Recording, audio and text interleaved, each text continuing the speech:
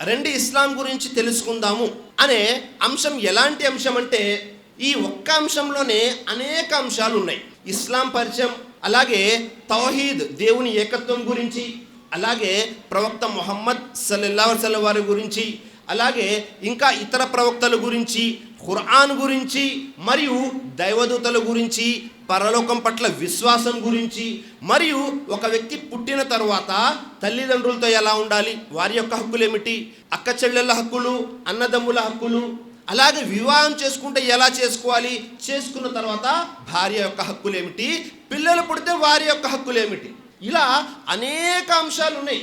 ఒక వ్యక్తి వ్యక్తిగతంగా, కౌటుంబికంగా, సామాజికంగా, ఆర్థికంగా, రాజకీయంగా, దేశీయంగా ఎలా ఉండాలి అనే అన్ని అంశాలు కూడా ఇస్లాంలో ఉన్నాయి, అల్హమ్దులిల్లా. కానీ వీటన్నిటిలో అతి ముఖ్యమైనటువంటి అంశం ఏది అంటే తౌహీద్, దేవుని ఏకత్వం. ఇది చాలా ముఖ్యమైనటువంటి అంశం. ఒకవేళ మీకు ఈ ఒక్క అంశం అర్థం అవ్వాల్సిన రీతిలో అర్థమైతే అల్హమ్దులిల్లా ఆ పైన ఉన్న 20 అంశాలు చాలా సునాయాసంగా అర్థమవుతాయి. ఈ ఒక్క అంశం అర్థం కాలేదు అంటే, తెలుగులో ఒక సామెత ఉంది, అన్నీ ఉన్న అల్లుడి నోట్లో శని అన్నట్లు, మనకు ఇది ఒక్కటి అర్థం కాలేదంటే ఏది అర్థం కాదు. అది అర్థమైనా పైనే అర్థమవుతుంది. కానీ దౌర్భాగ్యమైనటువంటి విషయం ఏమిటంటే, నేడు మన సమాజంలో అతి ఎక్కువ శాతం మంది అనుమానానికి గురైనటువంటిది, అతి ఎక్కువ మంది అపార్థానికి గురైనటువంటిది, అతి ఎక్కువ మంది గందరగోళానికి గురైనటువంటి అంశం ఏదైనా ఉంది అంటే అది తౌహీద్, దేవుని ఏకత్వం. మరి ఇలాంటి తరుణంలో మనం ఎలా ముందుకు వెళ్ళాలి? అసలు వీరందరూ కూడా ఎందుకు అనుమానానికి గురయ్యారు అంటే, తౌహీద్ గురించి, దేవుని గురించి సరైనటువంటి అవగాహన లేక, సరైనటువంటి జ్ఞానం లేక, ఆ జ్ఞానాన్ని చెప్పేవారు లేక ఈ అంశంలో చాలా ఎక్కువ మంది అనుమానానికి గురయ్యారు. మనిషి సహజంగానే ఆస్తికుడు అంటే దైవారాధన చేసేవాడు. ఎప్పుడైతే ఈ మనిషికి నిజ దైవాన్ని గురించి సరైనటువంటి అవగాహన లేదో, అప్పుడు ఈ మనిషి ఏం చేస్తాడో తెలుసా? నాకు దైవం ఎక్కడ దొరుకుతాడు, ఆ దైవత్వం ఎవరిలో ఉంటుంది అని వెతికే ప్రయత్నం చేస్తుంటాడు.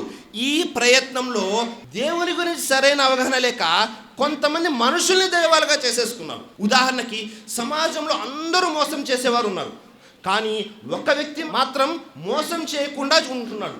అందరూ ఏం చూస్తారు? ఆ వ్యక్తి చూడండి ఎంత మంచివాడో, నిజంగా దేవుళ్ళలాగా వచ్చి నాకు సహాయం చేశాడు. సమాజంలో అందరూ దౌర్జన్యం చేస్తున్నారు, కానీ ఒక వ్యక్తి మాత్రమే న్యాయంగా ఉంటున్నాడు. ఇంతమంది దౌర్జన్య పరుల మధ్యలో ఒకడు ఉన్నాడు అంటే ఖచ్చితంగా ఇతను కారణ జన్ముడై ఉంటాడు, నిజంగా దైవమే వచ్చేసాడేమో. అల్లాహు అక్బర్. అంటే సమాజంలో ఉన్నటువంటి చెడులకు అతీతంగా ఒక వ్యక్తి ఎవరైనా మంచి పనులు చేస్తే, నిజ దైవాన్ని గురించి సరైన అవగాహన లేని వారు ఏం చేస్తారు? ఈ వ్యక్తులనే దైవము అనుకుంటుంటారు. అల్లాహు అక్బర్. ఆ వ్యక్తులనే దైవత్వాన్ని చూస్తారు. అందుకే మనం ఉన్నటువంటి ఈ సమాజంలో ఎవరైనా ఆపదలో సహాయం చేస్తే, దేవుని గురించి అవగాహన లేనివారు అందరూ చెప్పే మాట, ఆ వ్యక్తి దేవుళ్లాగా వచ్చి సహాయం చేశాడు. ఇది ఒక రకం. మరొక రకం ఉన్నారు, వారేమంటారంటే, లేదండి వీళ్ళు మనుషులే, మనము దైవత్వాన్ని వెతకాలి అంటే ఈ ప్రకృతిలో చూడాలి. కొంతమంది అంటారు గాలి లేకుండా మనిషి జీవనం సాగదు, కాబట్టి గాలిని దేవుడు చేసేసుకున్నారు. మరికొంతమంది ఆకాశాన్ని దేవుడిగా చేసేసుకున్నారు, మరికొంతమంది నీటిని దేవుడిగా చేసేసుకున్నారు, మరికొంతమంది అసలు మనిషి నివసించాలి అంటే భూమి కావాలి, కాబట్టి భూమిని కూడా దేవతగా చేసేసుకున్నారు అని పంచభూతాలు, గాలి, నీరు, నిప్పు, నింగి, నేల, ఈ పంచభూతాలని దైవాలుగా చేసేసుకున్నారు కొంతమంది.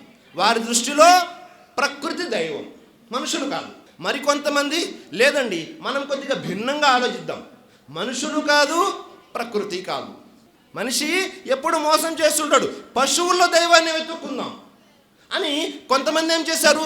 నష్టం జరిగే వాటిని దైవాలుగా చేసేసుకున్నారు. ఉదాహరణకి పాముతో నష్టం ఉంది, అది కాటేస్తే చనిపోతాము, దానిని నాగదేవత చేసేసుకున్నారు. లేదా వేరే వాటితో ఏమైనా లాభం ఉంది, వాటిని దైవాలుగా చేసేసుకున్నారు. సమాజంలో ఎవరైనా సరే నిజ సృష్టికర్త అయిన అల్లాహ్ను కాకుండా ఎవరినైతే ఆరాధిస్తున్నారో వారి యొక్క వెనుక లాభం కానీ నష్టం కానీ ఉంది. మరికొంతమంది సమాజంలో పశువులను తల్లిగా చేసేసుకున్నారు, తమ సొంత తల్లిదండ్రులు తీసుకువెళ్ళి అనాథాశ్రమంలో వదిలేస్తుంటారు. ఎంత దౌర్భాగ్యం చూడండి. మరికొంతమంది వారు మనము ఎవరిని తిరస్కరించడానికి లేదండి, మనుషులు దైవాలన్నా, ప్రకృతి దైవమన్నా, లేకపోతే పశువులన్నా, మాకు అన్నీ దైవమే. ఈ సృష్టిలో ఉన్న ప్రతిదీ దైవమే. రాళ్ళు, చెట్లు, పుట్టలు, పాములు, ఏది పట్టుకున్న దైవమే. సూర్యుడు, చంద్రుడు, ప్రతిదాన్ని దైవాలకు చేసేసుకున్నారు. దేనిని తిరస్కరించకూడదు అనే ఆలోచనలో అల్లాహు అక్బర్. వీటన్నిటికీ కారణం ఏమిటి? ఒకే ఒక్క కారణం, అది నిజ దైవం ఎవరో తెలుసుకోకపోవడమే. మరి ఇలాంటి తరుణంలో మనమేం చేయాలి? ఆ నిజ దైవాన్ని తెలుసుకోవాలి. సమాజంలో చాలామంది ఇవన్నీ చెప్పిన తర్వాత ఇప్పుడు నేను మీకు ఒక దైవాన్ని పరిచయం చేస్తానండి అనగానే వారేం చెప్తారో తెలుసా? ఆల్రెడీ ఇంతమంది దైవాలు ఉన్నారు సమాజంలో, మళ్ళీ మీరు మరొక దైవాన్ని పరిచయం చేస్తారు. ఇప్పటి వరకు పరిచయం ఉన్నటువంటి దైవాలు, దేవుళ్ళందరూ కూడా మిథ్య, కేవలము అనుమానాలు, ఊహల యొక్క ప్రాతిపదికపైనే వారిని దైవాలుగా అనుకున్నారు. కానీ ఇప్పుడు పరిచయం చేయబోయేటటువంటి అల్లాహ్ ఎవరైతే ఉన్నారో ఆయన ఊహలు ప్రాతిపదిక పైన కాదు, నిజ దైవము. నిజ సృష్టికర్తకి మిథ్యా దైవులకు ఉన్న తేడా ఏమిటి? అల్లాహ్ ఎవరైతే ఉన్నారో ఆయన మిగతా దైవాల్లాగా ఈ సృష్టిలో ఒక భాగం కాదు, మొదటి విషయం. రెండో విషయం, ఆయన మీ అందరికీ పరిచయం ఉన్నటువంటి దైవమే. మూడో విషయం, సమాజంలో చెబుతున్నట్లు మా దేవుణ్ణి మేము కాపాడుకుంటాము అనే ఆలోచన అవసరం లేదు, మనల్ని కాపాడేవాడే ఆయన అల్లాహు. దైవం అంటేనే మనల్ని కాపాడేవాడు. నాలుగో అంశం, ఆయన మనల్ నుంచి ఏమీ ఆశించడు, మనకే ఇస్తూ ఉంటాడు అల్లాహు. మనల్ నుంచి నైవేద్యాలు కానీ, లేకపోతే మనల నుంచి డబ్బులు కానీ, మన నుంచి ఏమీ ఆశించకుండా అన్నీ మనకు మాత్రమే ఇస్తూ ఉంటాడు. ఆ దైవాన్ని పరిచయం చేస్తున్నాను అల్లాహ్. ఆ దైవాన్నే అరబీ పరిభాషలో అల్లాహ్ అంటారు. ఎప్పుడైతే ఈ అల్లాహ్ అన్న పదం విన్నామో సమాజంలో రకరకాల ఆలోచనలు, ముస్లింలు, ముస్లిమేతరులు అందరిలోనూ అల్లాహ్ అనగానే ఈయన ముస్లింల దైవము, ఈయన అరబ్బుల దైవము, ఈయన ఒక మతానికి సంబంధించినటువంటి దైవం. చాలామంది ముస్లింలు కూడా ఇదే ఆలోచనలో ఉన్నారు. ఒకవేళ ఇదే ఆలోచనలో ఉంటే మీ విశ్వాసం పరిపూర్ణం కాదు, గుర్తుపెట్టుకోండి. మరి అల్లాహ్ అంటే ఎవరు? అల్లాహ్ అనేది అరబీ పదం. తెలుగులో అనువదించాలి అంటే దానికి సరితూగే పదం లేనే లేదు. కానీ మనకు అర్థం అవ్వాలి కదా, మన మాతృభాష తెలుగు. మనకు అర్థం అవడం కోసం అల్లాహ్ అంటే ఆరాధనకు అర్హుడు, అల్లాహ్ అంటే సర్వాన్ని సృష్టించిన సృష్టికర్త. ఇంకా సామాన్య భాషలో చెప్పాలి అంటే అల్లాహ్ అంటే దైవము. మరి ఈయన కేవలం ముస్లింలకు మాత్రమే ప్రభువా? ఖురాన్ గ్రంథాన్ని పరిశీలన చేశామనుకోండి, మొట్టమొదటి అధ్యాయం మొట్టమొదటి వాక్యం, అల్హమ్దులిల్లాహి రబ్బిల్ ఆలమీన్, సకల ప్రశంసలు పొగడ్తలు కేవలం అల్లాహ్కు మాత్రమే. ఆయన సర్వలోకాలకు ప్రభువు అల్లాహు. ఒకవేళ ముస్లింలకు మాత్రమే ప్రభు అయితే ఏముండాలి? రబ్బిల్ ముస్లిమీన్ ఉండాలి. అలా ఉందా? రబ్బిల్ ఆలమీన్ ఉంది, సర్వలోకాలకు ప్రభు.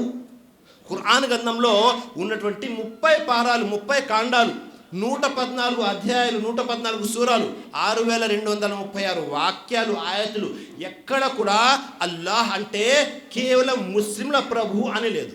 చిట్ట చివరి అధ్యాయం సూర్య నాస్లో కూడా అల్లాహ్ అదే తెలియజేస్తున్నాడు, ఖుల్ ఔజు బిరబ్బిన్నాస్ మలికిన్నాస్ ఇలాహిన్నాస్. ఓ ప్రవక్త చెప్పండి, అల్లాహ్ మానవుల ప్రభువు, మానవుల చక్రవర్తి, మానవుల ఆరాధ్య దైవం అల్లాహ్. ఈ ప్రపంచంలో ఉన్నటువంటి వారందరూ, వారు ఏ కులానికి, మతానికి, జాతికి, వర్గానికి, వర్ణానికి, దేశానికి, రాష్ట్రానికి ఎక్కడ చెందిన వారైనా వారందరి ప్రభు అల్లాహ్.